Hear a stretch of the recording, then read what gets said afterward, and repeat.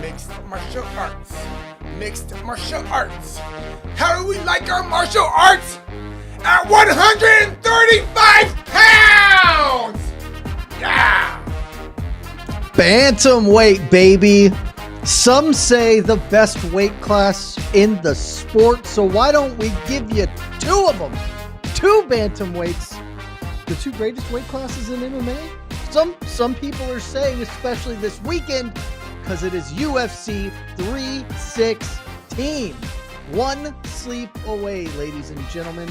And this is the UFC 316 preview show. We will talk about all things Merab Dvalishvili, Sean O'Malley, Kayla Harrison, Julianna Peña, and the rest of the merry gang of fighters that are going down tomorrow in Newark, New Jersey.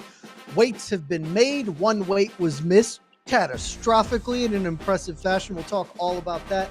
You can see the name right there. If you're listening to this later, I'm Jed Meshew, MMAfighting.com, great website. UFC 316 preview show. We're switching things up. I'm hosting because I talked a lot about this fight card yesterday on Between the Links. And so the wonderful opportunity for you all to hear the words of Boston Mike just coming in as the color commentator for the first time in a long time. Mike, heck, how you doing? I'm doing great. It's an honor and a privilege to be here with Merab Dvalishvili's #1 fan. And let me ask you, Jed, because I know you watched it, and some of us appreciate things that last a shorter amount of time than we think. Did you enjoy the UFC 316 press conference last night? I thought it was going to be worse. I do want to be very clear. I was not looking forward to that whatsoever. They kept it tidy. Really respect that. Some silly questions, but nothing like outrageous, right? Like there was a question about Shane Burgos, which is a bit silly, but fine. It is very interesting that John Anik, like Dana White is just desperately trying not to be in front of microphones to have to answer the Tom Aspinall or John Jones questions at this point. So John Anik had to field that as best he could. Kayla Harrison had a pretty good line in there. Julianna Peña was Julianna Peña. I came to the sudden and stark realization that Patchy Mix and Tony Ferguson looked very, very similar, and which is something I had never noticed until Patchy's up there with the sunglasses and the hat on, little gap in the teeth, the eye, like it's just, oh wow, that's Tony. If he starts talking about Ninja Turtles, we got El Kukui 2.0 here. So not that bad, you know. I could have been way worse, and they kept it clean. And then, Mike, today, the most important thing happened. Everybody made weight. Everybody is not actually the correct term. Ariana De Silva, she missed weight by a whole heck of a lot. 6 pounds for the fight with Wang Song. Mike, I believe you are the one who reported that fight's still going on. 30% fine for Ariana De Silva. But other than that, no hiccups. Kayla Harrison makes 135 for the first time in her career, championship weight. So all in all, good little build. And now we're one sleep away. And so, Mike, let's start right there. 24 hours, a little more, for the start time, but let's call it 28 hours away from things getting busy. What's your excitement level for UFC 316? I have the Meshew star system. Casey, if you'll point it right here. One Meshew star being offered for this fight card. Some people might say 2. I would disagree. I think this is a rock solid 1. You've got meaningful fights going on.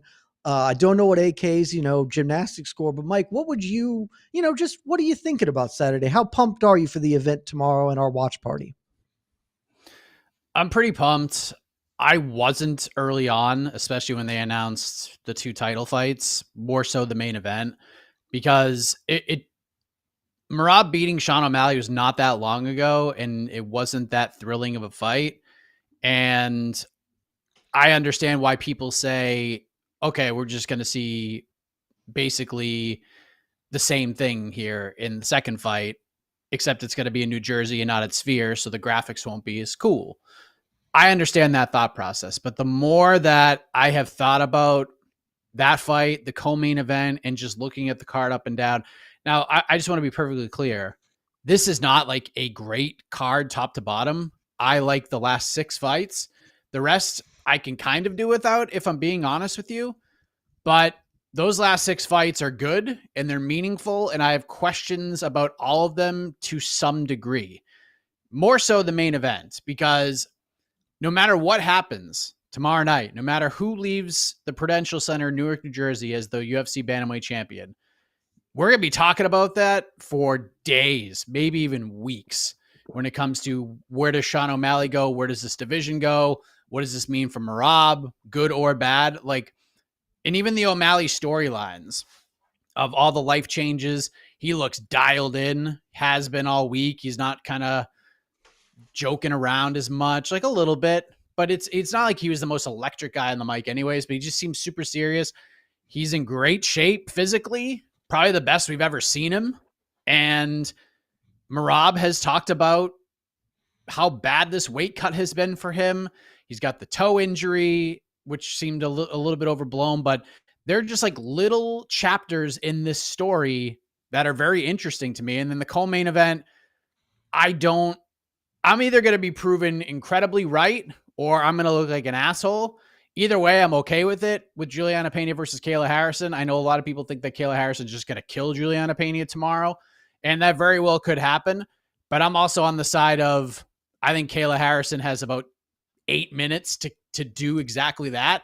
If not, I think Julianna Peña could make this a dogfight and make things really interesting. So in those aspects, I am excited. Do I think this will be the most thrilling card? Is this UFC 199? Probably not. But in terms of stakes and storylines, it checks off a lot of boxes. So just to steal your Meshew scale, I'll say 1 3/4 stars, Jed Meshew. 1 3/4. Okay. So look, feeling saucy. That's the thing. Like if I was in Newark and tickets didn't cost $1 billion, I would go to this, because you are right, Mike. We are going to be talking about this card for some time, even if maybe the in-cage product won't be the most exciting, but maybe it will. You know, you can't count your chickens and all sorts of fun phrases about how things might be better.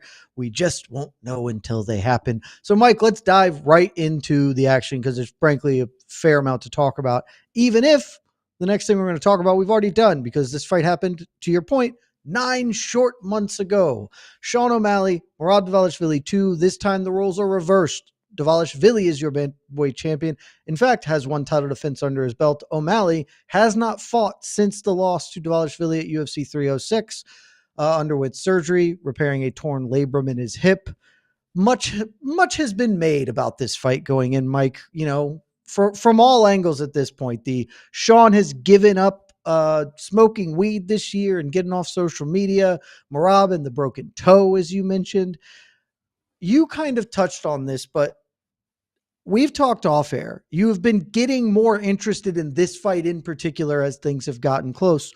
What is the single biggest point that is raising your interest level in this? Are you buying into the new look Sean O'Malley really creates a fun, interesting challenge for Merab? Is it just that, you know, this is a big fight, we haven't had a big fight? Like, what is driving your renewed sense of enthusiasm about this matchup? Because we're getting the fight we were supposed to get the first time. What we got in September was a cool background, and to be honest, just remember doing that watch party in your apartment, sitting on the couch with GC watching this fight. Or actually, I think it was with you watching this fight. And it was like 2:00 in the morning, it seemed. Like I felt like I was watching fights for 14 hours at that point. We already watched Valentina Shevchenko tackle Alexa Grasso for 25 minutes, and the card just dragged. Thank God for Daniel Zellhuber and Esteban Rivic just beating 6 shades of shit out of each other, especially in that third round. That really gave that card an elevation and a boost. But it was just one of those things where it's just like, man, like this is taking forever. It was cool to watch, and then the fight just wasn't that great. And the more you dive into it, the more you think about it, and just from conversations that I've had with people, we did not get nearly close to the best of not just Sean O'Malley, but Merab too. There was just a lot that went into that fight. Yes, Merab kind of did Merab things where he showboated a little bit and put on a little bit of a show, although his performance wasn't all that thrilling. And Sean O'Malley already had hip surgery like scheduled for after the fight. Like this isn't something he scheduled after the fight was over and they was like, oh, my hip hurts, let's do some surgery and then get back in there. No, Sean O'Malley was prepared to have surgery already. So we did not get the best Sean O'Malley. I don't think we got the best Merab Dvalishvili. And I think we're going to get a vast improvement on the two guys who fought at UFC 306. I think, Jed, like I said, to kick this thing off, I think we're going to get the fight we were supposed to get. The fight we were supposed to get in September. The fight people were pretty excited about between Sean O'Malley and Merab Dvalishvili, because we're going to get two guys, maybe not their absolute best, especially with Merab going through the weight cut and the toe and whatever he's dealing with. But just to see if Sean O'Malley is still the dude, right? I'm so fascinated by this because his back's against the wall a little bit. People are questioning his superstardom, his drawing power, all of that. And if he goes out there and just gets tackled by Merab for 25 minutes again, it's going to be a rough go for Sean O'Malley. I have no clue where he goes from there. And then I kind of figuring out where Merab stands in the bantamweight greatness discussion. Is he the greatest bantamweight of all time? Is that resume enough for him to overtake Dominic Cruz and Aljamain Sterling and those other guys that are in the conversation? So I'm fascinated by all of it. And I think we're going to get the fight that we were supposed to get in September. I mean, I hope we get a better fight than we got in September, but I guess time will tell. That does sort of lead me into the next question, though, Mike. It's a question we kind of used a lot on these preview shows, and I really sort of didn't want to lean into it, except for I don't know my own answer. And so I genuinely kind of want to know yours. Is in the main event, who has more at stake here? Because we've talked about it on several shows on and off air. I don't think Merab is getting an immediate rematch if he wins this. You know, you've got John Anik saying he might be the bantamweight GOAT already. This loss probably upends that campaign entirely, and especially because I don't think a trilogy is in the immediate happening.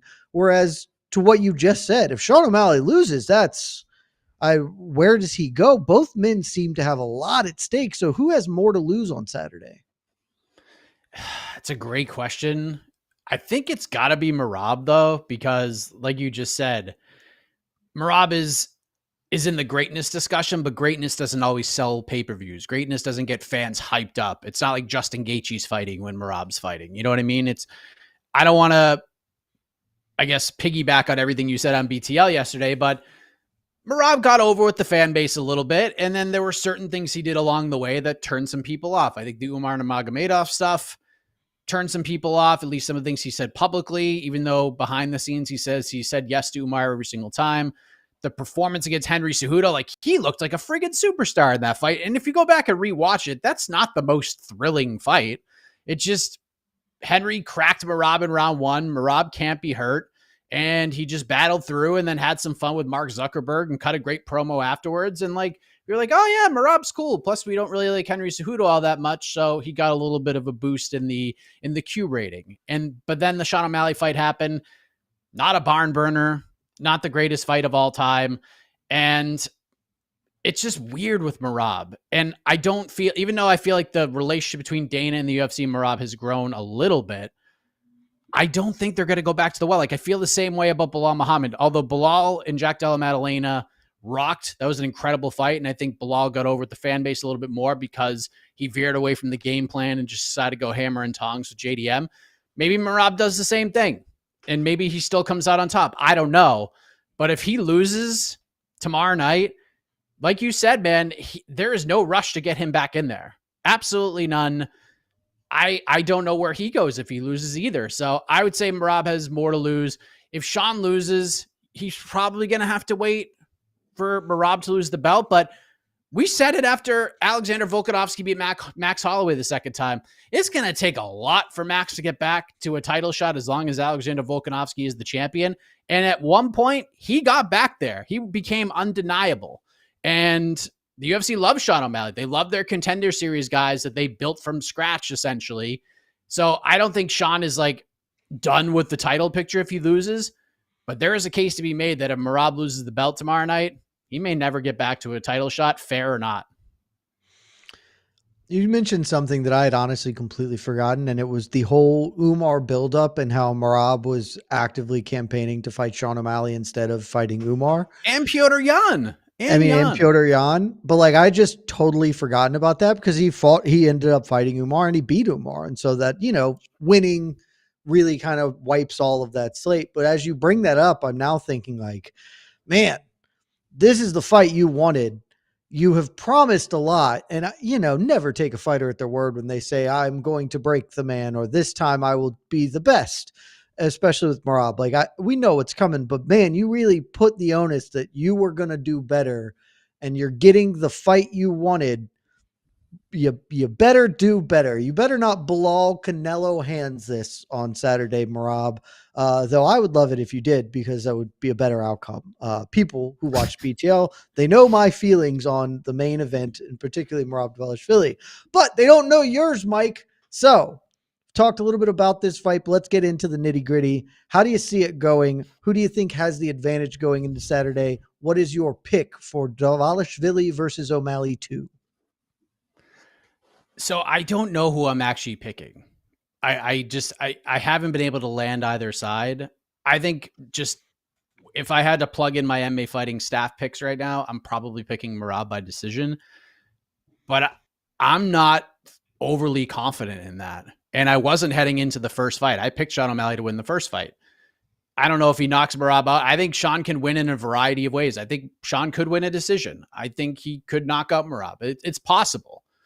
But the money in terms of the watch party and the betting is on Sean O'Malley. I got him at plus 240. I think Merab is the rightful favorite. I think it's too wide. I think this line is a little bit too wide. I think if these guys fought 10 times, I think Merab wins the series, but I don't think he wins like 8-0. I don't think he wins like 8-2, maybe 7-3, but I'm probably more on the 6-4 side of things. And to me, O'Malley at plus 240 has a lot of value. And again, if we take anything Sean O'Malley has said since losing that fight to Merab, outside of I actually won this fight when I rewatched it, if you believe even some of that, I think there's just a ton of value on the Sugar Show. So I'm kind of, like I said earlier, this is the fight we were supposed to get in September. We're getting both guys in a position where they have to deliver, and Sean has to deliver here. And I think he's ready to go. So I think the pick is going to be Merab squeaking out a really close decision, but the money is on Sean O'Malley at plus 240. I had to do it. Current line from our friends at FanDuel is plus 220 for O'Malley. Money has sort of continued to trickle in very slightly that way. The comeback on Dvalishvili minus 280. I'll keep this brief. If you want longer thoughts on my open disdain for Merab Dvalishvili, the champion, we'll listen to yesterday's BTL. I respect his greatness. He is undeniably great. I do not respect his style. I can't like it. I suspect strongly that tomorrow we're going to be talking, and I'm going to try to be chipper as Merab tries to not hurt a man while win. It's at least when Damian Maia was trying to not hurt people, he was trying to choke them gently to sleep. Merab just doesn't. He just wants to hold you and make you get up and get down and get up and get down and get very, very tired. I suspect he's going to do the same. I do think Sean O'Malley will probably put on a better performance. He'll have some time to make. He's had time to make some adjustments. I take a little bit at face value, him saying, the hip injury. And honestly, it's probably better for all of us to get off social media. We're probably better human beings if we detoxed from Twitter and Instagram and Snapchat, etc. So I do think that he's got a chance to make this a little more competitive.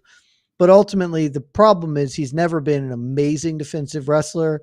Merab is extremely durable. He's just going to keep pushing the pace. And if Sean doesn't win early, things are just going downhill, because that's the math of Merab Dvalishvili. And still, 3-2 decision on Saturday, I think, will be my official prediction. Mike, that brings us to the people's main event on Saturday evening. Not particularly because the fight might be good. The fight might be a mauling. Who can say? We'll find out.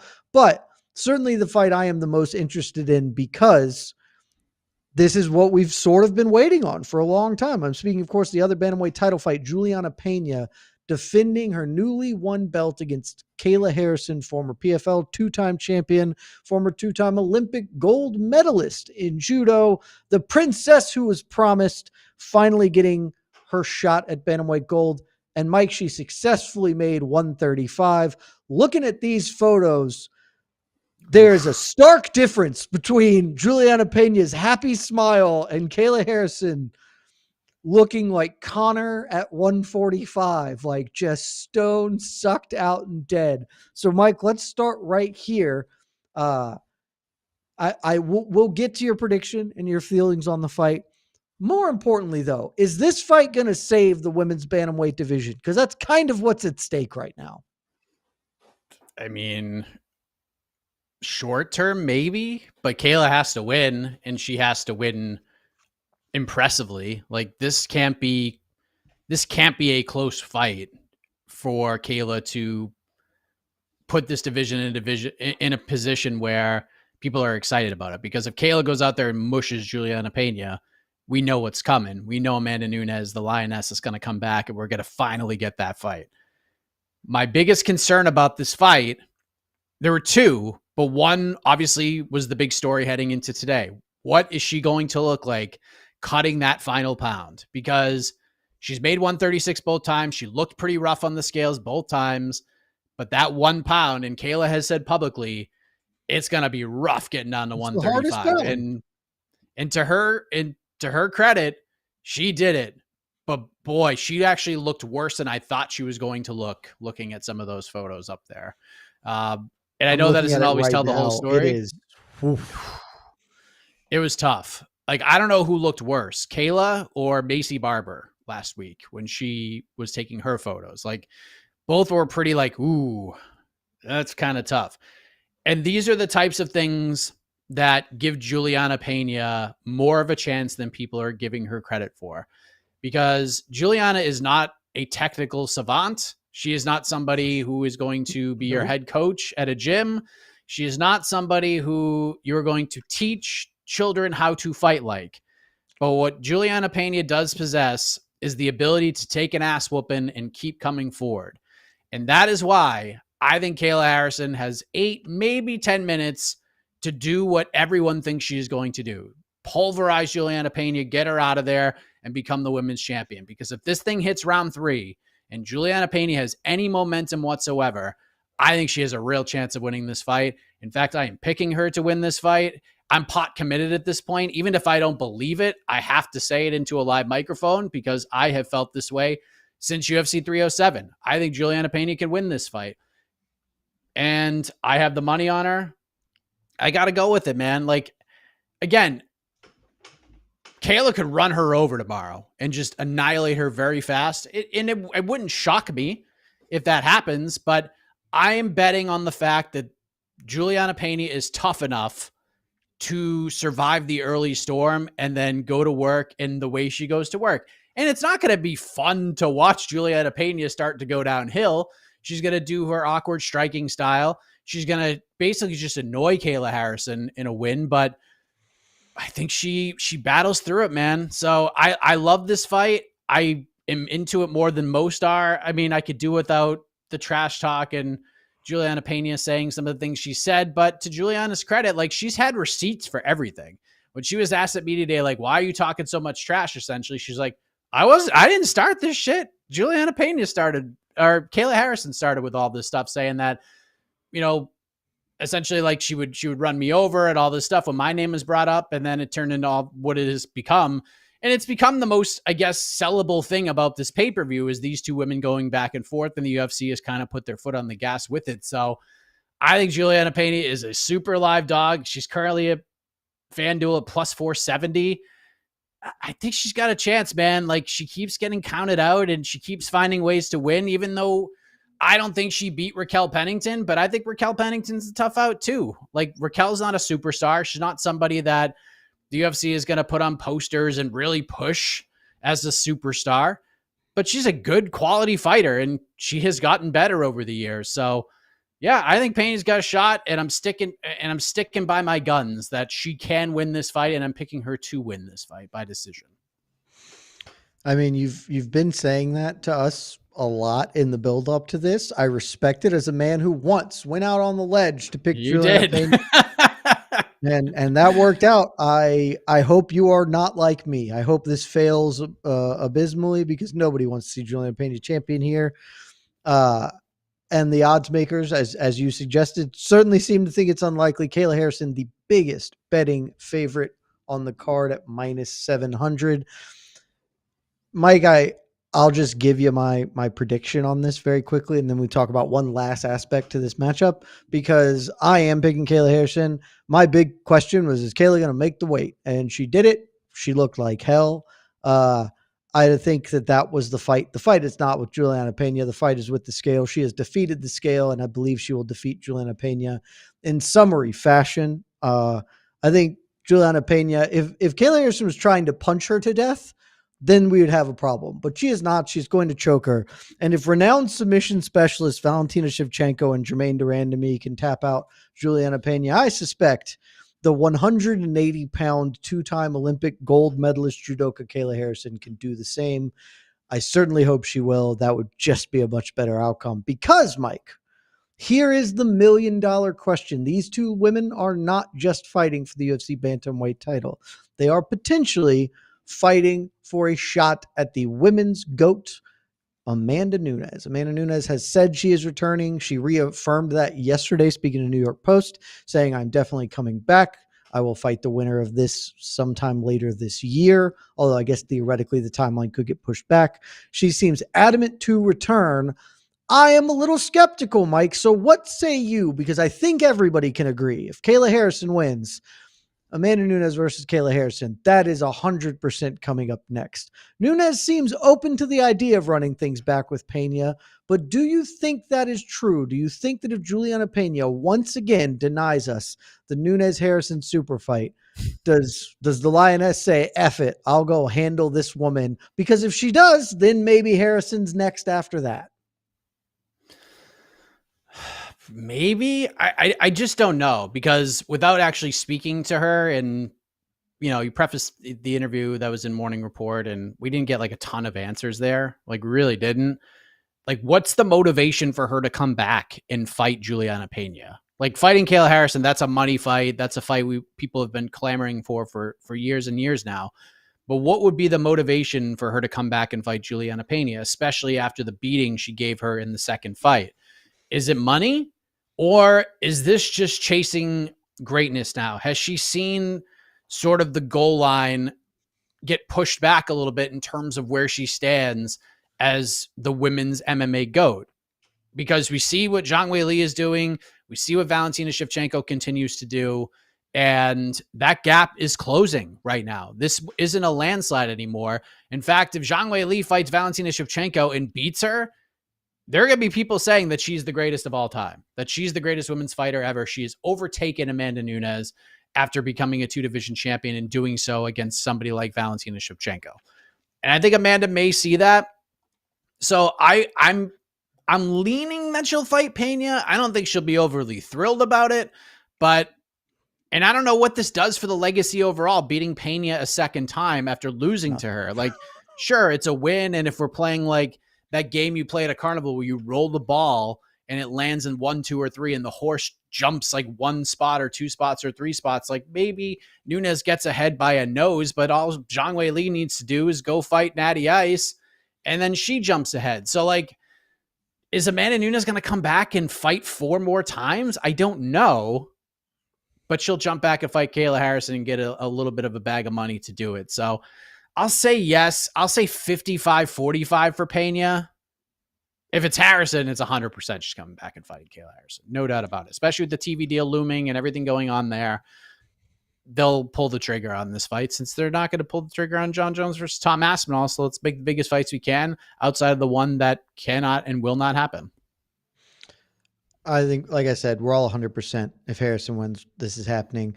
I listened to that full New York Post interview with Amanda Nunes, and I was previously like 90% she won't come back for Peña. I am more open to it now. Though, if you go listen to the interview or can read Morning Report this morning, I did the transcription on that. It is deeply funny because the whole thing is couched in terms of Kayla Harrison. It is a conversation about how They never really trained together at American Top Team. They sparred together one time very early in Kayla Harrison's sort of MMA journey. Yes, they had spent some small portion of time socially outside of the gym in Coconut Creek, but they weren't really friends. They knew that this could be a thing. There's no animosity here. This is a professional business decision, and why she is interested. It is all a conversation about Kayla Harrison. And then, but what if Peña wins? I quote, I think it's great. 1-1, we can make that happen. I'll prove it once again.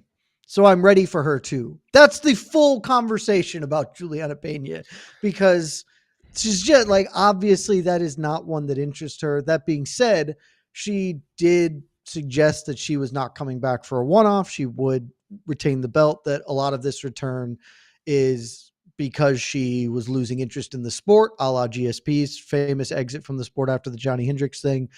She paraphrasing, what was I going to do? Just rematch all these women over and over again? That wasn't interesting to me to do that.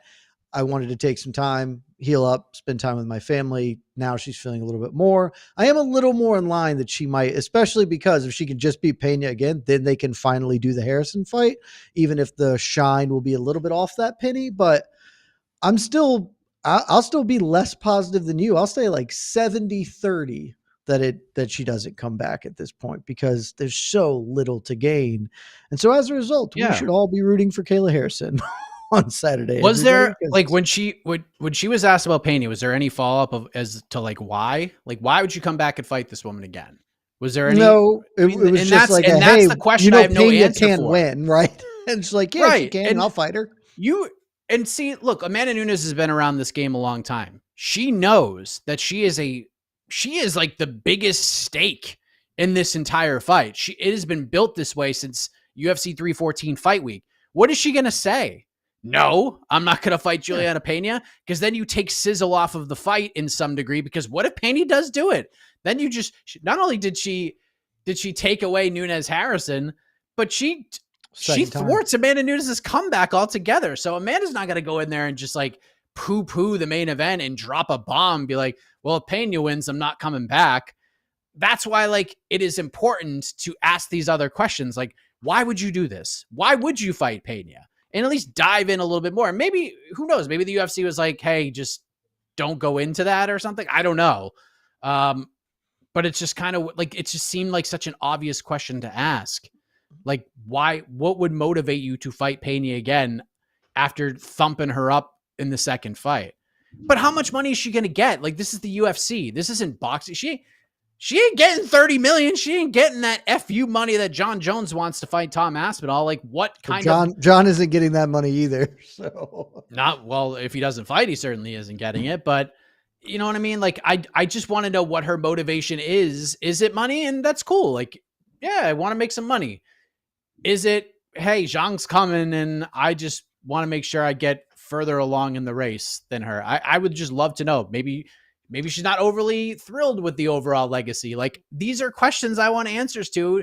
And if she's going to have to fight Julianna Peña, like, let me ask you, Jed, if Peña wins and she comes back and fights Peña and just beats her ass again, does this do anything for her outside of just like, oh, you added another win? Like, when we look at the legacy, if Zhang Weili goes out and just obliterates Valentina Shevchenko, like, how do you compare the wins in the overall discussion here of who the greatest of all time is in women's MMA? Nunes will still be the greatest of all time. The Zhang thing, like, Zhang will certainly be up there. Even if she beats Shevchenko, I'm not sure she'll pass Shevchenko in the GOAT talk. Maybe. Like, it'd be a conversation to have, certainly. But, like, it is also just super tough that literally in the dead-ass prime of her career, Zhang lost twice to Rose Namajunas, which is just so weird, right? Like, usually you don't lose in the prime of your career. Or you do, but then get it back. Like, she lost twice to Rose just right in the thick of her best years, which is so odd. And so, like, that's weird. It's one of those things where it's just a cherry, right? If she comes back and beats Peña, she does win a trilogy, right? I think most people don't think there's a real rivalry. She got one time, but it was such a one-sided ass beating in the rematch that there's no like, well, they need to settle it in the cage. It's settled, but she can put one more nail in that coffin. You know, it doesn't hurt to do it, but that is legitimately, when she retired, I got it. I was like, yeah, there's nothing in your career left because you can't go up another weight. Like you already fake did that. Featherweight's not a real weight class anyway. So like you already tried to do that. Honestly, it would probably be better for her career if she, just, her legacy or whatever, not career wise. She beats Peña, but then says, okay, look, Kayla lost to Peña. She was also dying to make 135. I'll fight her at 145. Bring that back. We'll do that. That'll be fun. That's probably like a bigger legacy moment for her than this, but it wouldn't hurt her. It would only hurt her if she lost. Because that is there any chance the UFC does this? Possibly. That they would do it at 45. Would they bring back a belt? Because you know how much they love belts, whether they matter or not. Could they do this? Like if Kayla's like, yo, I want this Peña fight, but in order for Nunes fight. Gentle ladies agreement of, hey, we'll fight at 145 and we can call it the bantamweight belt or whatever. But we'll see. I think we are going to get there. And Mike, you'll probably get answers to your questions because Amanda Nunes is set to be in attendance this weekend. So there's a very good chance they'll even bring her backstage, and the great Jose Youngs, who is boots on the ground in Newark, will get an opportunity to speak to her during the event. Knock on wood, hope that happens. But we have more things to talk about, Mike, because I'm running a tight show here, and we got places to go to, and those places are not the feature bout of the evening because, frankly, unless the fans really want us, you guys viewers, when you get your questions in at the end of the show, if you really want to talk about Kelvin Gastelum, Joe Pyfer, then we can talk about it. But that is not the real feature bout of this evening. I think anybody who is watching this program, who is deeply ingrained in the sport, knows that the real feature bout, in some ways, the people's main event on Saturday in total, Patchy Mix making his UFC debut against a fighter who shall not be named.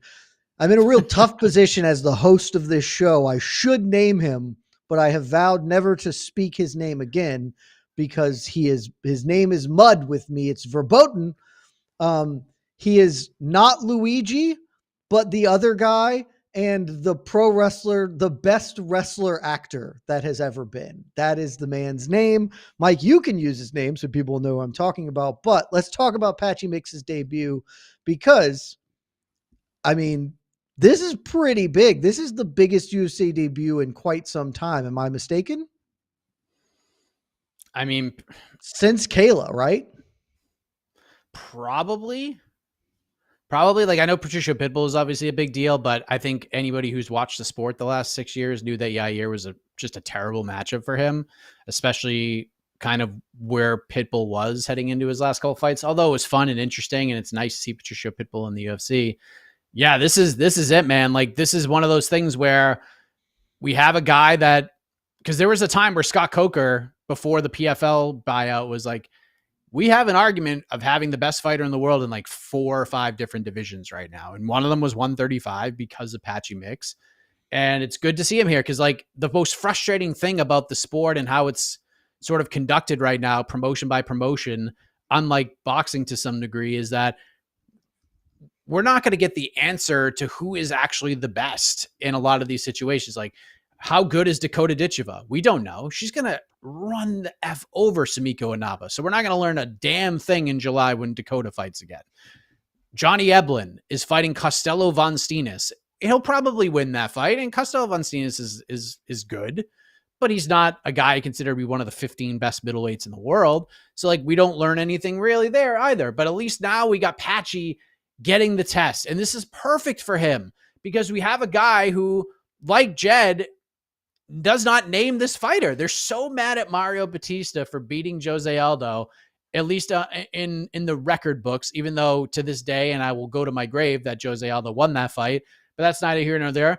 I don't blame Mario Bautista for it. Like overall, for a guy trying to accomplish his goals of winning fights and getting the second half of his paycheck, because as I said on many other shows, the only chance that Mario Bautista had to beat Jose Aldo was to do exactly what he did and just hold Aldo against the cage and deliver some knees and just make it a very boring fight. He did exactly that. And Mario's supposed to fight Chito Vera. Now he gets Patchy Mix. And Patchy Mix has he has more on the line in this fight than maybe Sean O'Malley does, honestly. Like, you can make a case that he has more at stake than Sean O'Malley does, because if Sean loses to Merab, there is a world he gets back to a title shot. especially if Merab loses, he'll probably be the first phone call made. If Patchy Mix goes out and loses to Mario Bautista, he's done, man. Like, I'm not saying he's done. Like, he'd still have a fruitful career. And as you say all the time, Jed, if you're one of the 10 best of anything, no matter what you do for a living, like, that's damn good. You could accomplish a lot. Like, you could accomplish a lot doing that. You could have a very great career. But Mario Bautista, if Mario Bautista beats Patchy Mix isn't fighting for a UFC title. It's just how I see it. And I guess my biggest question about this fight is, like, how good is Mario Bautista? Because I don't really know. I think he's fighting very smart fights against everybody he's fighting. He's fighting with correct game plan and good fight IQ. And some of his fights are very exciting, and some of them, a la the Jose Aldo fight, were not that exciting. And even talking to John Anik about this, he's like, dude, I think people are just forgetting that Mario Bautista, like, might actually be good. And these are questions that we have. Having said that, I think Patchy's going to win. I don't think it's going to be it might be a barn burner. I don't know. Maybe they go out there and have a fight of the night. Like, it's very possible after watching some tape and going back and watching old fights on both of these guys. Like, it's possible that these two just go to war for 15 minutes. The money is going on Mario Bautista. I'm not picking him to win this fight, but I am taking the point spread bet of +3.5. I think we could be seeing Splitty City here because I think Patchy is very good. And I think people are kind of underestimating and overlooking how solid Mario Bautista is, man. Like, you don't put together a winning streak like this by accident. So I think Mario Bautista is going to be very competitive in this fight. But if Patchy Mix goes out there and nukes him, he is going to come out of this event being in the headlines for the post-fight show. It's going to be like reaction to Sean O'Malley, Merab Dvalishvili, whoever won, and then Patchy Mix's electric debut. He will be the guy. He will be the guy that we're talking about maybe more than anybody else if he goes out there and obliterates Mario Bautista tomorrow night. So I have so many questions about this fight. I'm really looking forward to it. I didn't love what I saw in the Magomedov rematch from Patchy Mix, and I understand the hardcore fans are going to say, well, Magomedov is, like, pretty good at fist fighting, and he is. But these are the types of these are the types of fights, like, we see Patchy Mix shine in. And maybe it was an off night. I don't know. But this just adds to the intrigue of this fight for me, and Patchy Mix finally fighting in the UFC. So a lot of the questions we have had over the last 3 to 5 years about Patchy Mix and where he stands in the bantamweight global rankings, we're going to get answers, and it starts tomorrow. And I cannot friggin' wait to watch these two guys fight.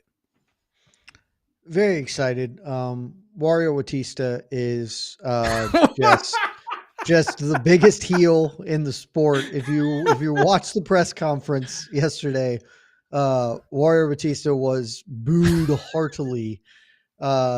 It's really impressive how not over he got with the fans. And so Patchy is given a really big opportunity. And Mike, you talked a lot in there. Very simply, I think there's a good opportunity. Like, this is, I guess, to your point, Patchy Mix might have the most to gain of anybody on Saturday, given the bantamweight division right now. And so what does he need to do? Like, how impressive does it need to be to get himself into a shot at the winner of the main event? Is that in play? Is there a world where he does something incredible and he is fighting the winner of Merab Dvalishvili, Sean O'Malley? Or is this, hey man, it's your UFC debut, first impression, make a lasting one, make it good, but you're still going to have to beat a Corey Sandhagen, somebody like that. So just make sure you don't get Jose Aldo'd in there. If he just clobbers Mario Bautista and gets a first round finish, it sucks to be Corey Sandhagen, man. Because you know how this sport is. It's what have you done for me lately? What was the big moment that we remember in order to build a fight? Pat, like you said, Patchy Mix is over like Rover, even though I can assure you, probably half the people that were attending that press conference probably had never seen Patchy Mix a day in their life. But they know who Mario Bautista is, and anybody fighting Mario Bautista is automatically a fan favorite right now. And Mario's, like, just eating it up, man. So, yeah, he goes out there and just obliterates Mario Bautista tomorrow night. He is in a great spot, and it's kind of tough on the main event because he's not going to because you could do Patchy versus Sean O'Malley, but if Sean wins, I don't think Sean's going to, like, turn right around and fight again. like this could be something we don't see Sean do until like November, December. So worst case scenario, I think a great performance and a finish gets him Corey Sandhagen in a number one contender fight, even though it'd be kind of a bummer for Corey Sandhagen after what he did. God, that would suck for Corey. Figueiredo. I think if Merab wins, I think there's a very good chance they go to Patchy. But if they go to Sean O'Malley, I think Corey Sandhagen may have a leg up. But again, it all depends on like how quickly Sean turns around, because Merab, like when Merab says I can defend the belt 4 times this year, I believe this man could actually turn around and fight again. So I don't know, man. I think Patchy kind of needs Merab to win more, but yeah, man, he's got to go out there and finish. If he goes and wins, I think he's going to win. I don't think he's going to finish Mario Bautista. I think he's going to win a fight that I think is going to be way more fun than people think it's going to be. You know what? I'm just going to come out here and say it. I'm predicting this is the fight of the night. Patchy Mix versus Mario Bautista, $50K bonus for each guy. I think it's going to be a great fight. I think Mario is better than people are giving him credit for because they just don't like him. And Patchy's great. So I think Mario's going to be one of those guys who's just going to be a tough out for everybody, like literally everybody. And that's that, man. Like, I think Mario's better. I think Mario's maybe one of the 10 best bantamweights in the world. And on any given day, he could be one of those guys to beat any guy in this division, like on a great night. So fight of the night, Patchy wins a decision, but I cash my bet and I'm firing off the money gun tomorrow night during the watch party with my Austin 316 t-shirt on, because Mario Bautista covered the plus 3.5 point spread. Patchy makes his, I was going to go blue shell, but Wario won't be ahead of him. So he's going to hit him with the bananas trailing behind, skid out, finish. I do think this will be fun. But I think we're going to get some very scrambly action, and I really like Patchy Mix in that sort of a fight. I think he locks something up, gets a submission. And to the wonderful Ben the Bane Davis, who on BTL yesterday clued me into something I hadn't even thought of. Patchy can do it for Jose, right? He can get justice for Jose, and then as Patchy makes his run through the bantamweight division, he is just the surrogate, the avatar of Jose Aldo moving forward. And when he wins the belt, it will be like Jose winning the belt. And that is what we all want. So fantastic. Let me just say this. If Patchy Mix wins, that needs to be the first thing he says. Get on the mic, Jose. Jose, my man, Jose, we got it back. For you. We got it back. This one's for you. The greatest featherweight of all time. Then he's over like we're over with me and you and everybody else. Then I'm getting Patchy Mix's face tattooed on my thigh. Like it'll just be the greatest. It'll be the greatest if he does that. If Mario Bautista wins and he does it in the fashion that which he defeated Jose Aldo, it'll be the greatest heel turn ever. Yeah, just keep doing it. Be like, hey, all your favorite bantamweights, I'm gonna do that to all of them, every single one of them. Sean O'Malley, the question: Merab, how do you out-boring Merab though? I don't know if it can be done. Like Merab is the hold somebody and be boring. So just be. I said I wasn't gonna editorialize. No, but if he's just like, yo, you think Merab's boring? Wait till you see what I do when I'm champion. Like, wait till you see how tight I will hold people. Oh man, just go full bore with it, man. Just go full heel at this point, and it would be incredible. It'd be a legitimately terrific career turn for him because he got heat. He was booed lustily at the presser for a man who was otherwise like just nondescript and nobody should know to dislike him. It's entirely the Jose Aldo thing for old Wario. Yeah, so tough scenes. Let's talk about one final thing, Mike, before we go to the peeps, get Casey in here, all that fun and jazz. And it's whatever you want to talk about, because tomorrow night we've got, how many fights are going on here? 5 plus, that's not 13 fights tomorrow. We've talked about 3 of them in escalating order. We did mention Kelvin Gastelum, Joe Pyfer is the feature bout. The final main card fight is Vicente Luque, Kevin Holland. Bruno da Silva taking on Josh Van at flyweight in the prelim main event, the featured prelim bout. Azamat Murzakanov taking on Brinson Ribeiro, a replacement opponent. Sad we lose out on the Johnny Walker of it all, but there you go. Top 12 heavyweights in Sergey Spivak and Waldo Cortez Acosta. Chaos Williams taking on Andreas Gustafsson, making his UFC debut. the aforementioned Ariane De Silva, who missed weight again by 6 full pounds against Wang Song. Chekasaragi taking on Yuju Song. Quillen Salkild against Yanal Ashmuz, and then Markel That fight's gonna Medeiros. be fun as hell, man. That is Which gonna one? be The real Salkild fun. Ashmuz or Medeiros Mark Yeah. Chewinski? I mean, I don't know enough about Chewinski to like. I don't know a single make thing about a Chewinski, so I can't tell big you. opinion. Like I know he fought on the Contender Series and whatnot. Medeiros is good, man. Like he's one of those guys that I Medeiros have is my good. eye on. I want to say one thing that might be a little bit controversial. I just placed a bet on Ariane Lipski at plus 390. It is a done deal. It is locked and loaded because you know why, Jed? Ariane Lipski De Pounds Silva, heavier. she did the thing. She did the thing because she realized that despite missing weight by 6 pounds, they're still going to let her fight, man. So like, yeah, and look, 30% of the purse at the end of the day, like it should be more. Like that's a 40 to 50% fine right there. But look, at the same time, Wang Song is one of those fighters who's kind of newish. She's trying to make a name for herself. So like, if Wang Song's team's like, Ariane, 40% or not 40%, they'll just be like, no, then you don't fight and you get nothing. And then they're like, okay, fine, 30. I think Ariane Lipski has a chance to win this fight. Like Wang Song's very exciting, but she's a little one-dimensional. Like she is improving in the grappling. But Ariane De Silva, man, like she's a dog in there. Like she's a dog. And the fact that she missed weight by 6 pounds and didn't have to go through all that hell, like I'm taking a shot at her because always cheat, Jed. You should. Always cheat. There's a little bit of a punishment, but she's not losing any points. She's not going to get super duper penalized for this. She might get released if she loses, but she would get released if she loses, if she makes the weight and loses. So like, why battle yourself if you know the UFC's and the commission's just going to let you fight anyways?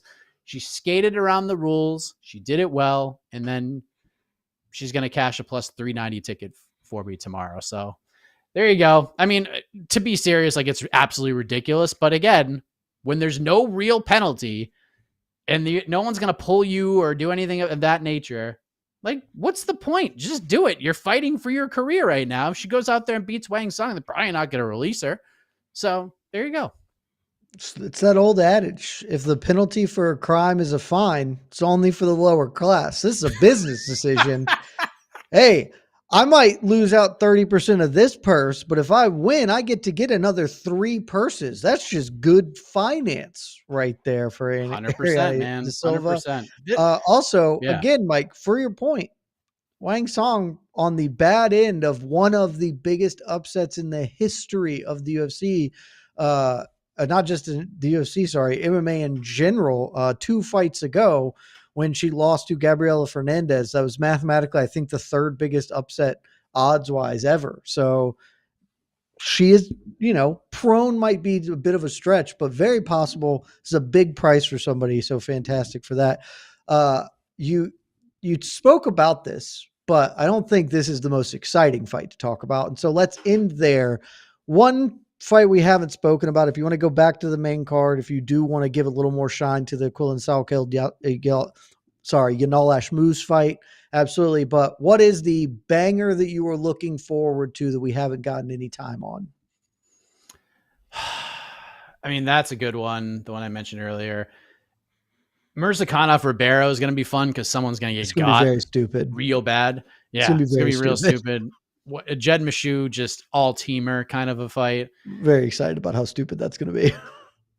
If you think I'm going to mention Sergey Spivak, Waldo Cortez Acosta, you are completely wrong because that fight just, it is what it is. The UFC has 2 ranked heavyweights fighting in the middle of the prelims. That even shows you what the UFC feels about this fight.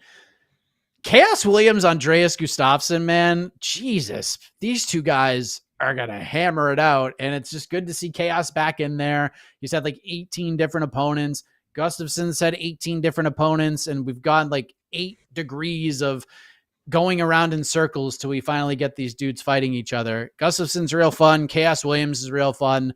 That's going to be real fun too. So yeah, there are some prelims that are going to be fun. There's just not fighting for anything. You know what I mean? Like there's just no stakes attached to this. You could throw a lot of these fights at the apex and it just feel the same as it would on a pay-per-view. But in terms of like the fans who get there early, are they going to have fun watching these fights? There's a few that they are going to have a lot of fun watching. So all in all, for the fans in attendance, like this is not terrible in terms of like possible entertainment. But in terms of like stakes and what these fights mean for people, there's just not a lot of meat on the bone outside of the Josh Fan and Bruno Silva fight and down. Yeah, I think Josh Fan. I love Josh Fan, so I'm very excited. Also, Josh Fan, the climb this week. Let's go, baby. Come on. Big supporter of that man right now. I think he has a chance to be a champion in this weight class in the not too distant future. He's very young, but if I got to pick one, Azamat Murzakanov, Brinson Ribeiro is going to be very, very silly. Murzakanov, all he does is knock people out, basically, like while not looking particularly athletic, just sort of like Murzakanov looks like a dude that you wouldn't choose to have a fight with in a bar because he's like a big dude, but like not a guy who you would be like, I need to avoid fighting him at all costs, but swings a big hammer. And Brinson Ribeiro has no sense of self-preservation whatsoever. This fight is honestly like Johnny Walker is better because Johnny Walker is ranked or whatever, and Johnny Walker is enormous and fun and dies. It may be the best dyer in all of the sport. When he gets killed in spectacular fashion. But Brinson Ribeiro is probably going to die, and so this is like a diet version of Johnny Walker. I am very, very excited for how old Johnny Walker. I suspect this. Exactly. It's going to be great. So that's it. Casey, we've talked a lot, been going for about an hour, a little less, but get on in here. Let's get your thoughts and then let's go to the peeps. So before we ask Casey some things, peeps, fire your questions in right now. Super chats will get priority. You can start populating those while we say, Casey, how are you feeling about UFC 316? And what are you looking forward to the most? Anything that we left out that you want to bring up or address? You guys know. You get a haircut? Yeah. So you're looking fresh. Yeah. Esther also cuts hair, by the way. She does it all. What doesn't she do? I know. She's up in New York right now at some boxing event, so she's doing her boxing thing this weekend. So I have to feed myself. This is horrible. Oh, terrible. So sorry for you. I like the card. I agree. I give it. I think. What did you get? 1.7 Michelin stars, Mr. Heck. That's what Mike did. one. In the Star Search Game of Life, she gets 1 3/4 stars. Yeah, I'm about there too. It's good. It would be 2 stars if the UFC had O'Malley earn this rematch rather than just give it to him. I think that's my main issue. 100% with you, actually. Yes. Yeah. That's just the issue. It's not the rematch itself. It's the we want O'Malley to earn it. Beat a Sandhagen, beat a whatever, beat a Mario Bautista. Wario, sorry, my bad. I'll edit that out. Mario Bautista, yes. Yeah, Wario Bautista. But outside of that, I like the co-main's gonna be super interesting. Co-main is actually one of those fights that, because of the stakes and the storylines, I don't think can be boring at all. I think it's just gonna be exciting, no matter how bad it is. Kind of like I'm gonna go back, even if it's boring. Yeah, just because it'd be tense. Just because the stakes and the storylines of like Kayla, the Amanda Nunes thing, and everything. So I think no matter what, it'll be tense. It might not be worth a rewatch because you'll know the outcome, but as it plays out, it should be really good. And so let me ask you both this. This is one thing I just kind of thought of, and I'm kind of surprised that I didn't think of this. If Julianna Peña loses that title, where does she go? Because they're not going to rebook her and Kayla again, because Kayla's going to go fight Amanda Nunes. Where does she go in this division? Like, what's a fight that people would care about? Like, is there any way she can get back to a title fight? Like, she get back to a title fight for sure. Well, there is no division, so that's true. Yeah, there's like 11 fighters. She's a 2-time champion, and there are 4 people in this weight class. I think you do something like Peña versus Barber. Like Barber comes up to 35 or something. That's a great call, dude. Honestly, that's a really good thought. That you could rebook, you could run a rematch of the Pennington fight, because many people don't think she won. I don't know. Here's the thing that is, I won't say interesting because it's not, because it's Julianna Peña, so it's not interesting. Peña hasn't beaten anybody in the weight class. So all of the few people are new matchups. The only win over a ranked fighter she has is the Rocky Pennington one that many people don't believe she deserved to win. And so that, it won't be exciting because it is what it is, but like Macy Chasen, Ketlin Vieira, Eileen Norma Perez, Norma Dumont, like all of those are new matchups for her. So at least we can, like, she can do that, even if like where Eileen she goes, Perez, frankly, is Eileen to Perez, be the next Holly Holm. Yeah. She is going to dominate the Apex if she loses. Just headlining Apex event after Apex event is probably just slot into the Holly Holm role since Holly left. Okay. She's the Apex. She becomes an Apex main eventer. Yeah. Yeah. So I had not considered, honestly, even though I think she is going to lose, hadn't once thought what that looked like after she loses for her. So great question, Mike. And speaking of great questions, it's your time to shine. Viewers at home, because we're going to do a little Q&A before we close up shop. Anything you want to talk about? Frankly, I suspect there will be some people talking about a thing that's not related to this event because it's all we ever talk about in MMA in 2025. Can we avoid this? I think we'll have to address it because I saw it a lot early. We don't have to spend forever on it because it's not like we have anything new to say about the particular topic. But Casey, pop in any important cues and we will give them important A's. Man, you guys covered so much. And a lot of these questions we already answered. Maybe try to find something we haven't touched on. That pertains to this card. I'm trying to have things that pertain to this card.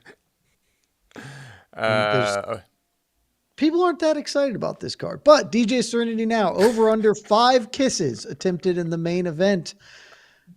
Merab famously got a little bit silly with Sean last time. This time he said he's not going to do it. So I'll go under, Mike. I don't know about you. I'll go way under. The only kissing motion we will see, way under. The only kissing motion we will see is if Sean O'Malley knocks Merab out. He will do something to that effect. Whether 100%. He blows the kiss or he just kisses Merab on the head or the back or something. Sean O'Malley will be the smoocher if he knocks Merab out. I mean, I think blowing the kiss makes obviously the most logistical sense, but it would be kind of fun for him to walk off KO and instead of walking off, he just bends over and just a little kiss on the forehead. Good night, sweet prince. And it'll be a moment away. That'd be pretty sick. That would be pretty incredible. In the first fight, when he gave the kisses, was that the same time when Merab heard the clapper and thought the round was over, or was that an entirely different weird moment? I think that was a separate round because I think the kisses happened in the 5th. Oh, okay. Okay. There were multiple moments in that fight. Yeah, just a whole lot of weird stuff happened in that whole fight, and so but I strongly suspect less is the answer we're looking at here. If no other reason, I do think Sean will be a little bit more competitive. Merab's going to have to try a little bit harder this time, I think. All right. But thank you, DJ Serenity. Now. Yeah.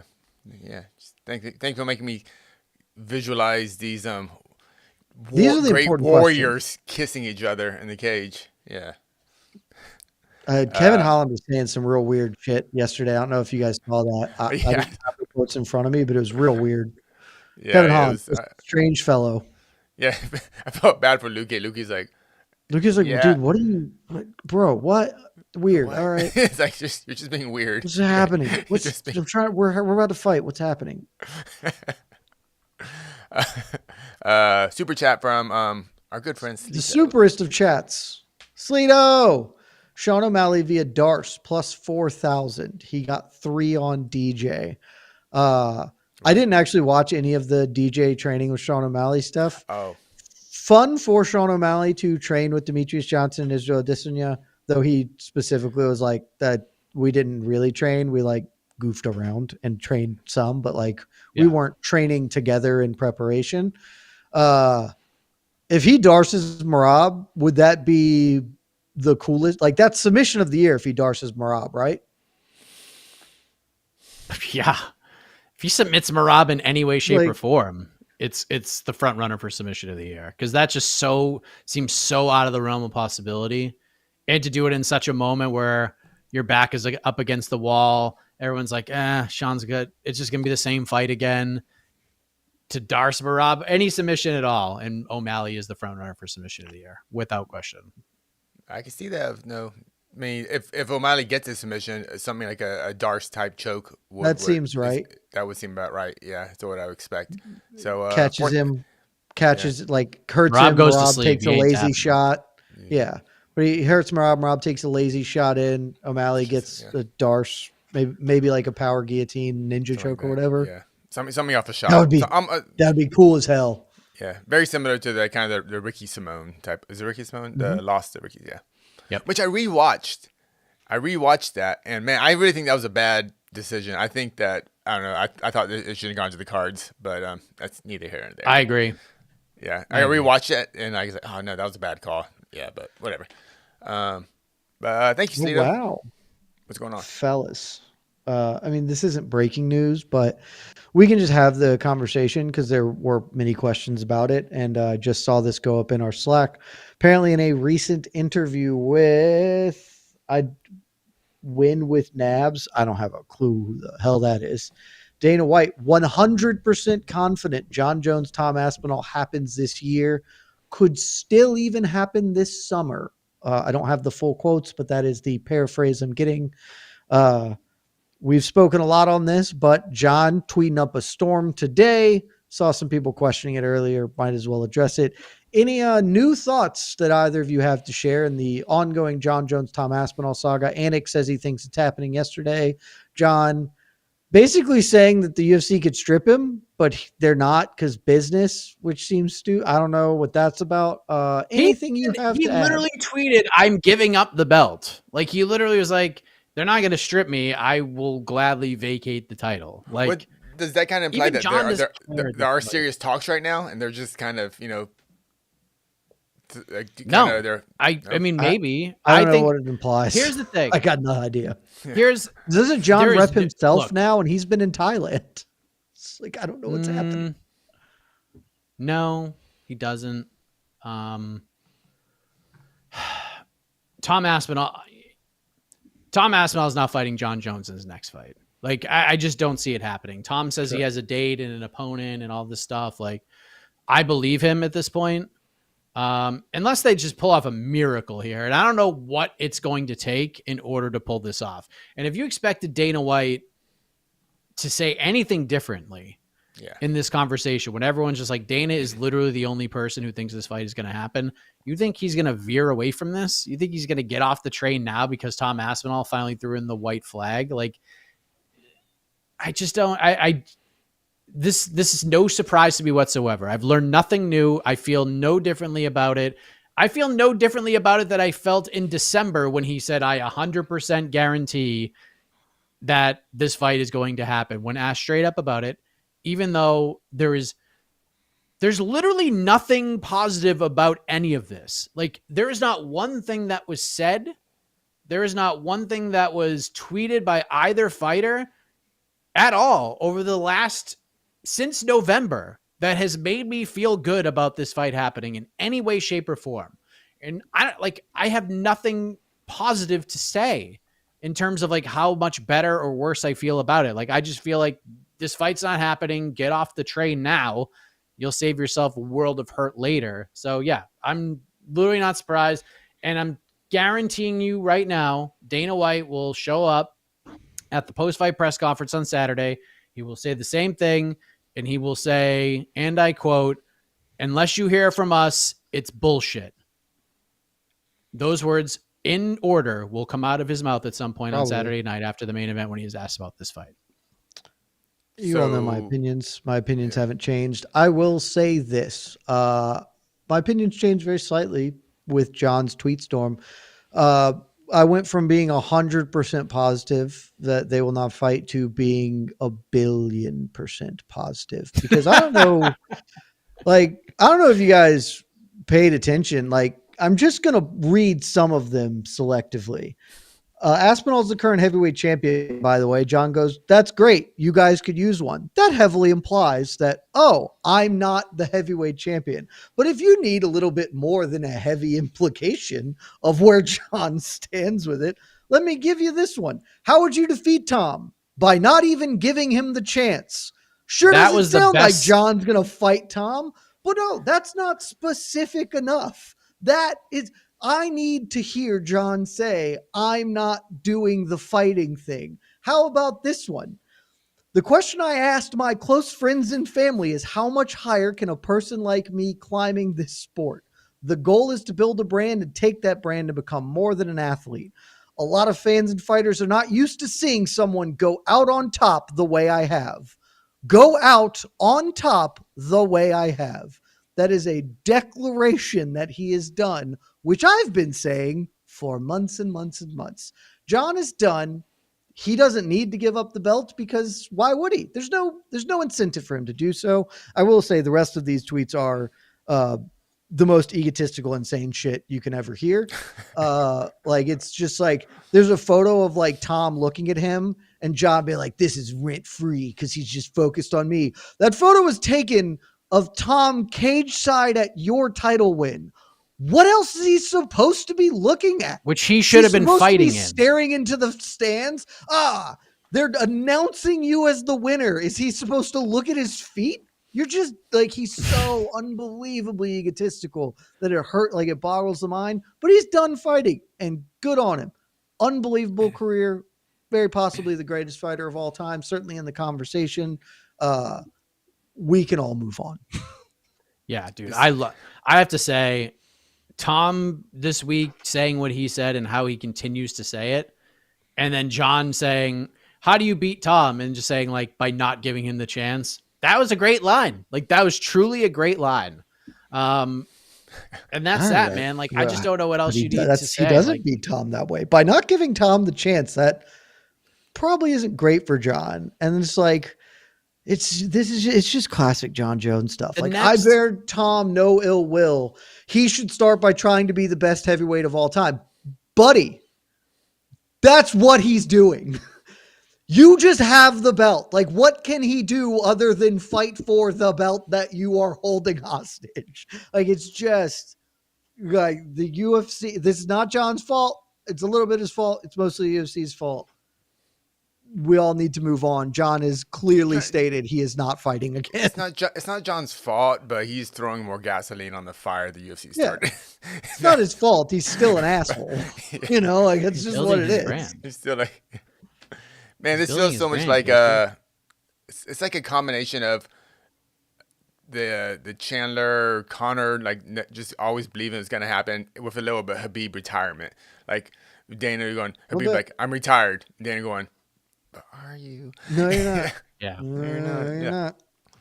Dana ain't gonna let this go until John Jones actually, like, submits papers and is, like, out of the WADA pool and like all that stuff. Like, until RosterBot, like, tweets out John Jones removed from the roster, this ain't stopping. Like, Dana will never give this up, ever. He will fight for this he's fighting for forever. He spent 8 months fighting with literally the whole planet of Earth that John wasn't the best active pound for pound fighter. Like, every person alive was like, no, like, obviously this is false. And he was like, nope, you guys are idiots. I am smart. Before he finally was like, yeah, okay, I was wrong. Like, he's gonna dig in like a tick on this. He had the UFC production team create a promo about how great John is on a Contender Series card, and then they put this promo everywhere. we thought they were announcing the freaking Stipe fight or some fight, and it wasn't an announcement. It was just John Jones is great. He's so exciting. We did it, boys. We talked about the thing that we had to talk about. One or two more questions, Casey, if there's anything good, and we can get out of here. I do want to end on a 316 note, not a John friggin' Jones note. I mean, look.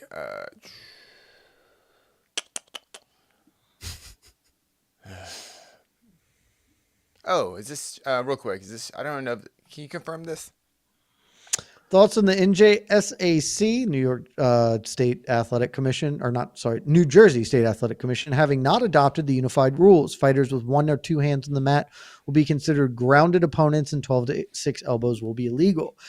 I I have no idea if this is true or not. Lazy doesn't usually lie, so Yeah. I suspect that this is true. But Mike, this hadn't come across my radar whatsoever. Do you have any insider information upon such a thing? So I'm looking at something right now. Assuming this is true, this is lame because the new rules are better. Not massively substantive. It's just like the grounded fighter rule is still like it's the least silly it's ever been with the new hands rule, whatever. But like, there's just not a major difference usually. The 12-6 is a little annoying. Holistically, it's bad. Unified rules should be unified. And they're obviously not. I thought we kind of ended this discussion. I thought at least for North America we had at least one rule set. I guess that was a lie. I told myself. Oh, well, yeah, we haven't had the unified though. Forever. Yeah, I thought the word unified is very false. Yes. Let me pull this up. I'm reading it right now. Per Aaron Bronstetter, who would know since he is part of the broadcast team, part of the TV partnership for UFC 316, the New Jersey State Athletic Control Board have not adopted the unified rules of MMA. Fighters with one hand or two hands on the mat will be considered grounded opponents, and 12-6 elbows will be illegal. So UFC fighters adhere to the unified rules of mixed martial arts, which is designed to ensure athlete safety and fair competition. The New Jersey State Athletic Control Board enforces these rules with some specific interpretations. For example, the NJSAC opted to use the older unified rules for UFC 316, which prohibit 12-6 elbows and define a grounded opponent as anyone with any part of their body besides their hands or feet on the mat. The newer rules allow 12-6 elbows and define a grounded fighter as anyone with body part other than their hands or feet on the mat. So, yeah, there you go. I will say this is this is worse for Sean O'Malley. 12-6 elbows are like actually a pretty useful defensive weapon. That's for against a grappler, which is not viable for him now. But like, again, these are small margins, probably not substantive, but mostly just lame. Like, just lame. Everyone worked the same rules. There's no reason not to. You don't get different football rules per stadium. Now we're going back to that same thing where you're in the cage and they can put that one fingertip on the ground. They're like, oh, can't kick me, can't touch me. Fingers off the ground. Yeah, no, we're back here again. Back to the dumbest game of all time. Yeah. So all we can do is cross our fingers that nothing stupid happens in the big fights at least. But it's MMA. It would be pretty funny if Sean O'Malley won the bantamweight belt because Merab illegally kneed him in the head and he got DQ'd. That'd be funny. Oh my God. That would be the best. If Merab gets DQ'd for kneeing him in the head, that would be, oh my God. Can you imagine? We'd have so much fun on the post show. Oh, and because and it's something that's legal in another state. And yeah, we'll see. Don't get your hopes up, guys. Honestly, that's what I'm hoping for now. I'll tell you what, man. If Merab wants a trilogy fight with Sean O'Malley, that's how you get one, because Dana would be livid if that's how the card ends. That would literally be the only chance if Sean O'Malley, for Merab to lose the belt, that's the only way he gets a trilogy fight. That'd be so is if funny. he loses. No, you say Dana would be livid. No. I totally disagree. He'll act livid, but man, he knows that now that trilogy is gonna make money. That would be just so funny. It'd be so unbelievably funny. Yeah. Now I have a new rooting interest. Yeah, if he could pro wrestle this and like really script the perfect ending to create the trilogy, that would be it. That would totally be it. Yeah. Peña wins. Peña retains, and Merab loses the belt via DQ. Golly. Peña's going to win a bad decision, and Merab is going to have the most boring fight of all time. That's what we're in for. Just two bad outcomes. Oh, that'd be. Oh, dude, if Peña wins that, like kind of. Peña wins a robbery. Like Peña winning a robbery is just going to be like back-to-back robbery. If you look at MMA decisions, I think it was like 95% people had Rocky winning that fight too. So if she does that back-to-back fights, but here's the thing: I will at least say Peña is.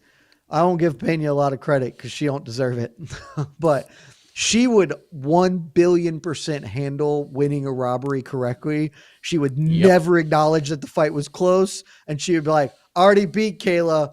we're on to Amanda Nunes trilogy. Where you at, Everybody Amanda? would Where be you like, at, Amanda? No, you lost. And you'd be like, where are you at, Amanda? She will say she won I'm 50, winner. 45. Should be scoreboard. Yeah, she'll say it's not a robbery. I won. That. Yeah, she'll say go back and rewatch the fight. I probably won 5 rounds. At the worst, I action. won 4. Yep, Yeah, exactly. that's what she'll say. She's like, I'll give you 1 round, because I'm nice, but yeah. Yep. She would handle it very, very well. So I'll give her that credit. God, Dude, now I know the things that I had to root for. What a legendary pay-per-view if we can have the main and co-main just end up in just these horrible Be nightmares. Yeah, yes. I mean, that's what And we thrive, though. Wario, Jose Aldo. No, I don't say that. Don't say that. No, that's too much. That's too much. Oh my No, don't do that to me. I have okay. Patchy has to win. I have rankings to justify, so Patchy has to win. I mean, you already got to pull Shabley out of your rankings. So I mean, what are we gonna do? La. All right, I'm not listening to you. You don't give up hope because it's hopeless. Close your ears and hope harder. A few more super we got chats. a couple super chats and we get out of here. Yeah, we get out of here.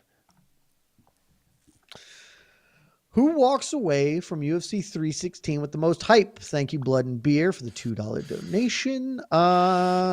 We already talked about this broadly. I'll just say I think Kayla Harrison is going to run over Julianna Peña, and that's going to be the thing we're talking about. Other people could be, up there, but I think they do the Nunes face-off in the cage after Harrison taps Peña in the first round. That's the dominant story. What's your climb? This card? Josh Van. Why Which means don't you go Harrison for your climb? Just kind of curious. Too big a price. That's a question I had too. She's too big a price. Oh, it was over the climb limit? She was minus 700, so it was just too big. I also probably wouldn't do the climb with her anyway prior to her making weight because I genuinely didn't know if she would make the weight. Josh Van was a little over minus 500, and I think Josh Van's going to do awesome. And I jumped on it. Also, that line has moved because Josh Van is now minus 700. I got it at minus like 525, I think. Okay. And that's just a straight win, right? Just a straight win. So we'll be watch partying for that because we got to as well. Since it's a prelim main event. But that's my answer. Who do you guys think is leaving with the most hype? Yeah, I kind of feel like Josh has a really good chance to do it because unless Sean puts on a masterclass, I don't think it's coming from the main event. Maybe Kayla if she just, mauls Peña and finishes her within the first 2 rounds. If Peña wins, she certainly isn't going to get the credit for it. She's already said as much. But I would say just kind of looking at the rest of the card, yeah, it's Van. Because I think Patchy's going to win, but I don't think it's going to be the type of win where we're like, this guy's the best bantamweight in the world. I think it's going to be fun-ass fight. Patchy proved he belongs in the UFC, and his road just going to get a little bit longer. But I don't think I don't think we're going to be mentioning him in the headlines of the post-fight show, if that makes sense. Patchy? You don't think we're going to mention Patchy? If he wins the decision, I think he's going to win. Sorry. He won't be the hype. He won't have the most hype. Yeah. If he goes out It'll and be a gets good fight of the night and wins a professional decision, that's a great place to be. That's a good place to be. Yeah. But him going out and flying me Mario Bautista unconscious in the first round would be terrific for him. It'd be incredible. That's always good. I'm going Patchy and / we didn't talk about this too much. I'm going Julianna Peña. Let's go, Casey. Let's go, Casey. I'm going Julianna Peña. Let's go. Y'all need to stop putting this bad energy into the world. All right, what if Peña does to Harrison what she did to Nunes in the first fight? It would be objectively hilarious for her to twice. For her great, just to be the nemesis of everybody else's fun would be so on brand. Yeah. It's I am the eater of the one thing that could help this division be exciting. No, it would be great. It'd be undeniably funny and terrible. Yeah, I'm super excited for the co-main. I'm super excited. I'm very interested in that. I Yeah. honestly wish it was the main event, but it Yeah, is what I know. it is. Yeah. Okay. Two more super chats before we leave. Fahim. Raheem, Volk confirmed talk about the year fight. Just why? So I did see this in an interview with, I don't remember off the top of my head. He confirmed that it has been discussed, but not confirmed that it is happening, but that is an option on the table, which I think everybody knew at least was an option. We did recently get confirmation that the upcoming Noche fight card in UFC no longer a pay-per-view. It's no longer UFC 320, shifted to a fight night and moved away from Guadalajara because the venue is not prepared. So there's not a reason to do Volk versus Yair anymore. There was it was a bad reason, but you want Yair to fight for a belt in Mexico for a pay-per-view. That's no longer on the table. Do you guys have any thoughts on if this is more or less likely to happen now? Are we still concerned that this might be the future for featherweight? Wait, is it official? Not a pay-per-view anymore? The date is that official? It's I fight believe night. I believe they It's a fight established it as a fight night. Why? Whatever Why? event they announced that. Why? Because the venue changed, but it doesn't. Because Texas is bad, I guess. I don't know. Oh, okay. No real reason. They just said so. Okay. They'll present it as a gift for the fans, like they did for the first one. It'll So, be like, the Noche that's UFC fight night thing, This but one, not. This shouldn't have gone to it's not Tachi. here. This shouldn't have gone to Tachi. This is the time to go to Tachi. Yes. I didn't even think about that. You're 1,000,000,000% correct. This should actually be the Tachi show. All right, maybe Jose will ask Dana if Dana gets in front of a mic. Are you ever going to Tachi, man? You coward. Yeah, dude. If this fight is ridiculous, everyone has said there's not one person outside of Yair and his family and teammates, and I guarantee you, if we really ask them deep down if they think he deserves that, there's probably a couple of people that's like, yeah, I don't understand this. And here's the thing that annoys me the most about this, if they do end up going with this fight. How you're not going to headline Noche UFC with Yair versus Diego Lopez as a fight night main event is a travesty. Like, that is legitimately promotional malpractice if you don't put this fight together. So it's the most obvious I win in the world. Yeah, I actually feel like I will actually be angrier that they don't do Yair versus Lopez than I would be if they book Volk versus Yair. Like, it just I will be more upset. You're 100% correct. Yeah. And poor Movzar is going to fight whoever. I know he's rumored to fight Aaron Pico, but who knows? Like, none of this has been announced. Like, you would think if they are going to do Movzar versus Aaron Pico as a co-main event in Abu Dhabi, the UFC has not announced that fight. That card is like 6 weeks away from happening, and the UFC has not announced this fight yet. So I have questions as to why.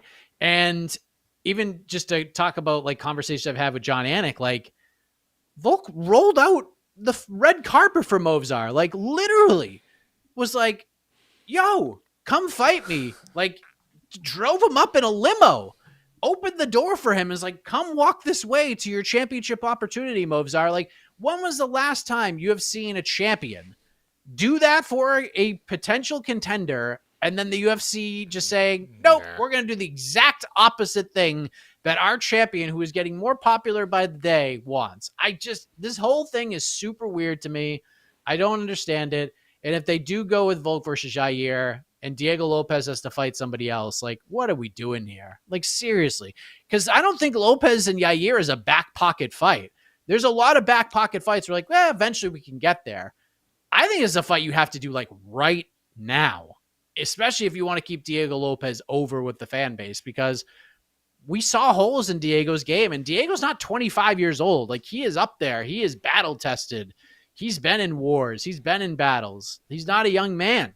So, like, you have to, if you're a business and a promotion, you got to milk everything you can out of this man who is very popular right now. So I don't understand the thought process here. I truly do not.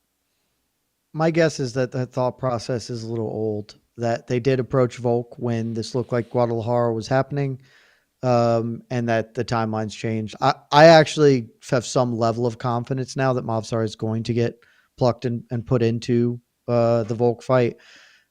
maybe that fight is just Abu Dhabi, right? Like I know people, I think holistically are thinking the October trip to Abu Dhabi that's sort of historic at this point makes sense for a Jack Della versus Islam welterweight title fight. Maybe the timelines don't line up for whatever reason. You do Mobstar Volk there. That fight makes too much sense at this point, and there's no good reason not to. I think that because like you don't need Aaron Pico to fight Mobstar. Aaron Pico can fight anybody. Just pick a dude, doesn't matter. Aaron Pico can kill Brian Ortega. That'd be great too. Like Dude, give Pico the Calvin Cater, Steve Garcia winner. Correct. In like Nashville he can the fight July anyone. 12th card. I think Garcia can't fine. beat Garcia though, because teammates. Oh, yeah, they do train together. Yeah, but either way, but I get what But you're yeah, saying. he can fight any human being. It's like Mario Bautista is not like we had to fight Patchy Mix and him. It's like, he makes sense, good enough name, let's do it. Like the same thing for Aaron Pico. After the 320 change, I began to feel more confident that Mobstar would actually not be done wrong here. So I don't know what the delay is, if it's just figuring out logistics, sort of trying to fit the pieces in the puzzle. But at this point, I would be surprised if we got Yair Volk 2, and it would be truly the worst title fight, I think, in modern MMA history. So knock on wood. Hope that doesn't happen. Thanks for your question, Fahim. No, and our last question before we get out of here, last super chat. And this is for, I think, Jed. It could be for anybody, Casey. Paul Eggers, why is MMA journalism better than a law career?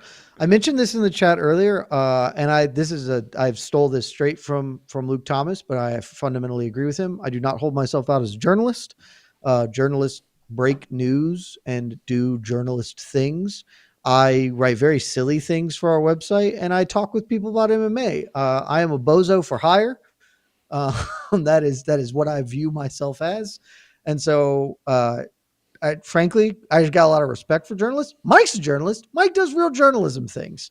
I'm not of their ilk yet because I'm just not good enough, frankly. But it's better than a law career because law sucks. I don't know if you've ever been involved with the law careers. They're terrible. There's a reason, Casey, if we want to look, there's right here, you see some fancy literature on my walls. That's my legal degree and my bar card.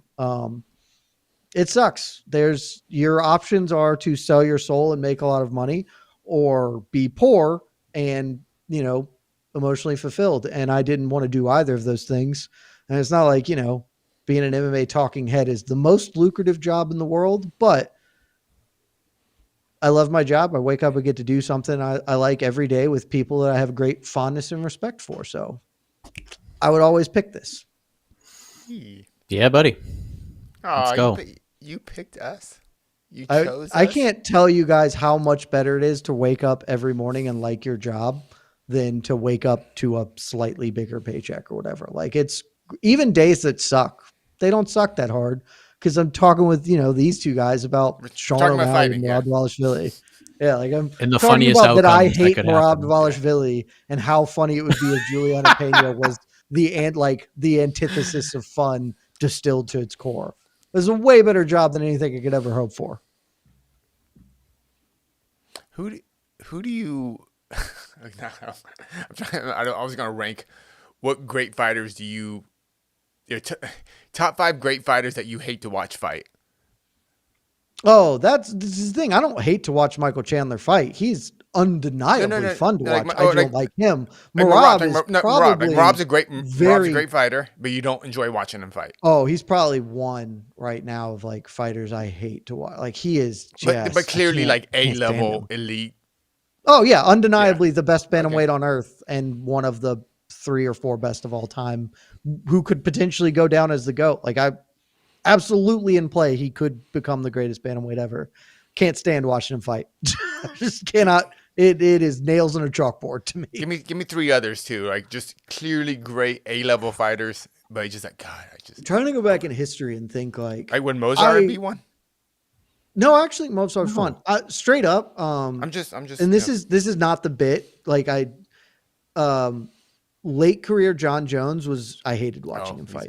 Like he just wasn't like his rise was amazing. And then when he was like, all I will do is jab and oblique kick you and never come into contact with you because I'm minimizing danger. I was just like, this is a nightmare scenario to have to watch this for 25 minutes. So late career, like that portion of his light heavyweight career, 100% was one of the most unwatchable fighters of all time. Trying to think what weight classes would like who are obviously elite. Because there is a conflation here. Because most of the fighters that I don't like personally are fun to watch. Like I'm not like a big Stipe guy. He's absolutely a fun fighter to watch. Like that would be insane to say that opposite of that. I see the chat. Liam says late stage GSP. I think there was one bad GSP fight. The Dan Hardy fight it's tough. Like that's a miserable fight. The others are just like, I don't know. John Fitch is a good fighter and hard. He literally tore his groin fighting Jake Shields. Like that's just hard to be fun there. But like, I get Shields, it. Jake Shields, that's one. Jake Shields is actually, Jake Shields, call. yeah. Jake Shields is a miserable fighter to watch. Yeah, an A-level fighter, top 5 for most of his career, and just like, oh god, I don't want to watch him. Yeah, Jake Shields is a guy who like because where he turned post career, it's wild. That's something different. Yeah, it's a whole different thing, and so like. Jake Shields is a guy who, if he didn't have that, and I didn't have a personal distaste for him now after that, is a guy that I would be like, y'all don't understand. Jake Shields is closer to a top 20 all-time fighter than he is a top like 50 all-time fighter.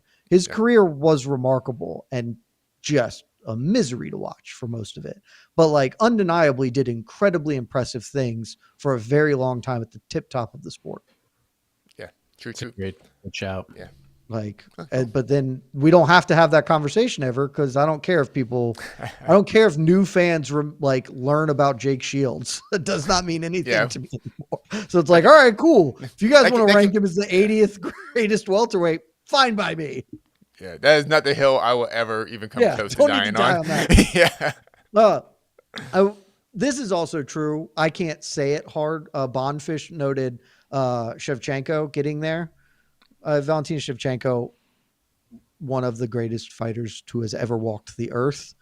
She can be a tough watch. And Israel Adesanya, his entire late career, Alex Pereira saved his career from really going to a bad place. Someone put Carla Esparza. I can see that. Great Carla fighter. Esparza, although her last fight was a banger. It was great.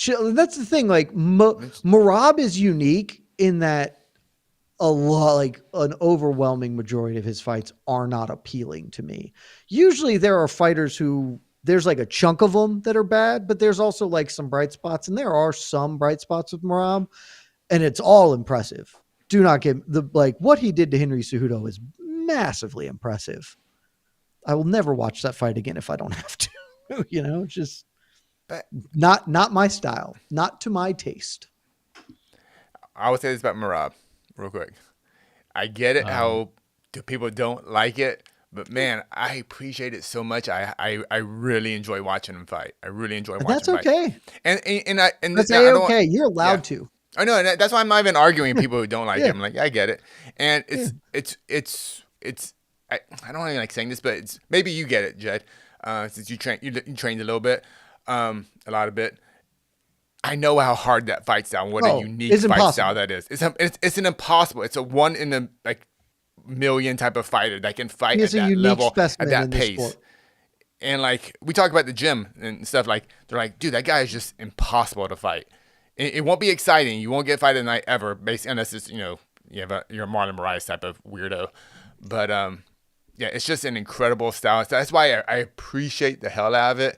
But I totally get it. Why people would just might not be the thing. I'll never say he is bad, because there are very, very few fighters in this sport that you can ever make a statement like this about. It is unquestioned. There is not a competitor. He has the best cardio in the history of this sport. You can't really, it is hard to say something like that about almost anyone. Like, he has the best striking in the sport. Well, there's a lot of debate over who has the best X, Y, or Z. There is no debate. Everyone unanimously consents. Merab has the best cardio, and he has found a way. He's the only fighter on earth that the phrase weaponized cardio is not like a trite, stupid thing to say, because it is, in fact, the only weapon he functionally brings to the cage. Incredibly impressive. But I he's will never so not much be superior impressed in by cardio him. over his competition. Yeah. That's it's wild. It's outlandish. Like if you like if I there's a will video never game he's not be maxed out impressed. at 10, he's got like 15, 17, type of it's ludicrous. It doesn't make sense. It's a preposterous thing. Also, somebody in the chat put Sean Strickland, who's probably a perfect answer for a guy who has clearly established himself as great. Like, I don't know that there's anybody who's like Sean Strickland. What a guy to watch fight. Very excited about that. So kind of a lot of them, actually. I hadn't really considered like the great fighters that I don't like what to watch them. Sort of a good chunk to choose from there. Dude, before Sean won the belt, I mean, I talk to Eric Nixick about this all the time. Like, do you remember just the sigh of disappointment every time Sean Strickland was booked to main event an Apex card? Because he remembers all of them. It's just like, oh man, we know we're gonna get 25-minute jab, push forward, push kick, jab, push forward, push kick. Like that's what we're gonna get for 25 minutes. And people were like miserable. And then and he still said the outrageous shit that he continues to say even back then, and people were just like didn't buy into it at all. And then he gets ready to fight Israel Adesanya, and it was just perfect timing for it because people were just over Izzy, and they were looking for anything else. And Sean just kind of crept in and became that dude. But like newer fans who love Sean Strickland and think he's like an incredibly exciting fighter because the first DDP fight was competitive, you don't know what it was like back in the COVID days when it was like the Sean Strickland main eventing every Apex card, like miserable fans. They're just like, oh, fuck. Great. Now I know like which Saturday to book a date night for. Like that's literally how people reacted to it. And to see like how popular he became since then, although the second DDP fight didn't do him a lot of favors. It's just crazy how quickly things change in the sport. It is wild. I will, as we get out of here, because we've been going plenty of time, I will give an olive branch to Merab Dvalishvili that you made me think of right there, Mike, as we exit. While I absolutely dislike watching Sean Strickland fight, the thing that is the most infuriating is that Sean Strickland will get on the mic and say, I am going to do damage. I am going to kill this man to the death. And it's actually to the teep and jab. Merab at least does not say I am going to, I will make him humble.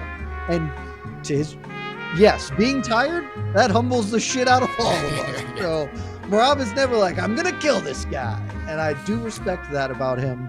We'll see if maybe he changes. Maybe tomorrow starts a new day in the Merab Dvalishvili title reign. He finishes Sean O'Malley. And I have to come on our post show and eat just a whole big bag of crow.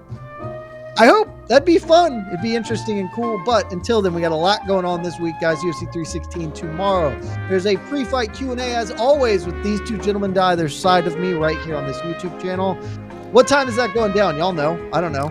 5:15 p.m. Eastern time, and then 5:15 p.m. Eastern time.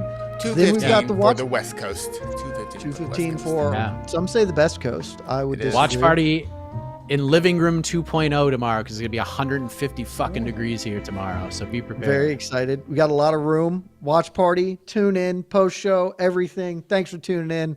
Casey, Mike. Love y'all. Bye.